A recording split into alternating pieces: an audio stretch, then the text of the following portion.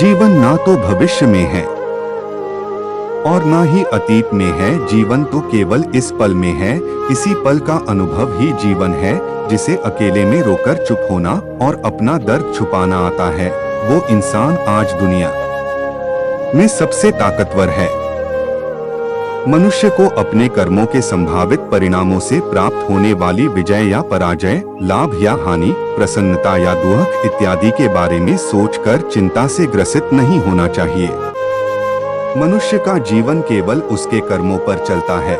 जैसा कर्म होता है वैसा उसका जीवन होता है। अनुमान मन की कल्पना है और अनुभव जिंदगी का सबक है। सच्ची खुशी तभी होती है जब आपकी सोच, कथन और कर्म में समानता हो। जैसे तेल समाप्त हो जाने पर दीपक बुझ जाता है, उसी प्रकार कर्म के क्षीण हो जाने पर भाग्य भी नष्ट हो जाता है। समय कभी नहीं रुकता। आज यदि बुरा चल रहा है तो कल अवश्य अच्छा आएगा। आप केवल निस्वार्थ भाव से कर्म कीजिए और वही आपके हाथ में है। हमारी आस्था की परीक्षा तब होती है जब हम जो चाहे वो न मिले और फिर भी हमारे दिल से प्रभु के लिए शुक्रिया ही निकले। तुम अपनी पीड़ा के लिए संसार को दोष मत दो।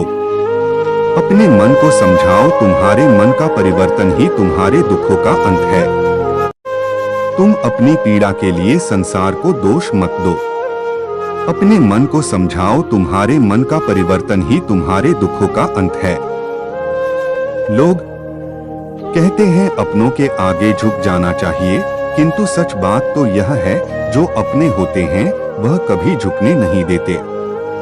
यदि आप एक सुखी जीवन जीना चाहते हैं तो इसे एक लक्ष्य से बांधें, न कि लोगों या चीजों से।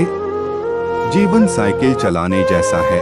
बैलेंस बनाए रखने के लिए आपको चलते रहना है। जिस इंसान का हथियार उसकी मेहनत होती है तो सफलता भी उसकी गुलामी करने पर मजबूर हो जाती है। वक्त दिखाई नहीं देता है पर बहुत कुछ दिखा देता है। गरीब वह है जिसके पास ज्ञान की दौलत नहीं है। धनहीन ज्ञानी गरीब कभी नहीं होता। नर्क के 3 द्वार हैं, काम, क्रोध और लोभ। जो व्यक्ति कामी प्रवृत्ति का होता हो, जिसके मन में लोभ होता है और जो अत्यधिक क्रोधी स्वभाव का होता है, उसके लिए नर्क के द्वार सदैव खुले होते हैं। अर्थात ऐसे व्यक्ति को तो सिर्फ नर्क में ही जगह मिलती।